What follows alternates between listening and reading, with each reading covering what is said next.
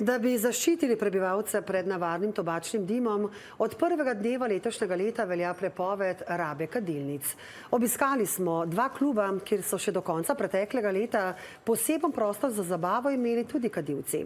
Lara Miklavčič. Klubi, lokali in drugi zaprti javni ali delovni prostori so morali s koncem leta zapreti vrata kadilnic. Podobo bo ohranila približno tako, mogoče jo čaka kakšno beljenje, zaenkrat pa bojo vrata ostala zaprta. V klubu Daktari sedaj na vratih kadilnice visi znak, da je kajenje prepovedano. Da je bila novica o ukinitvi kajenja precej nova za goste, so povedali v Ortobaru. Sploh pa pri nas, ki so lahko kar leta kadila, prostor je bil temu prilagojen, tudi izpolnjuje vse normative.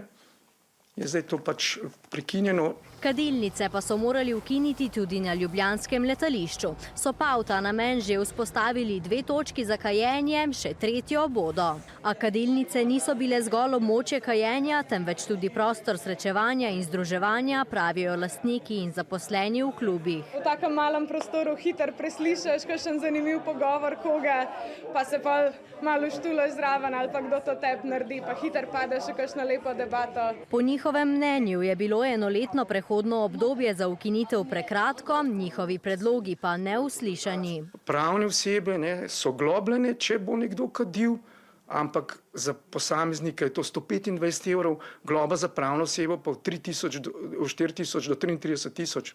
Mislim, tle ne bi nič komentiral.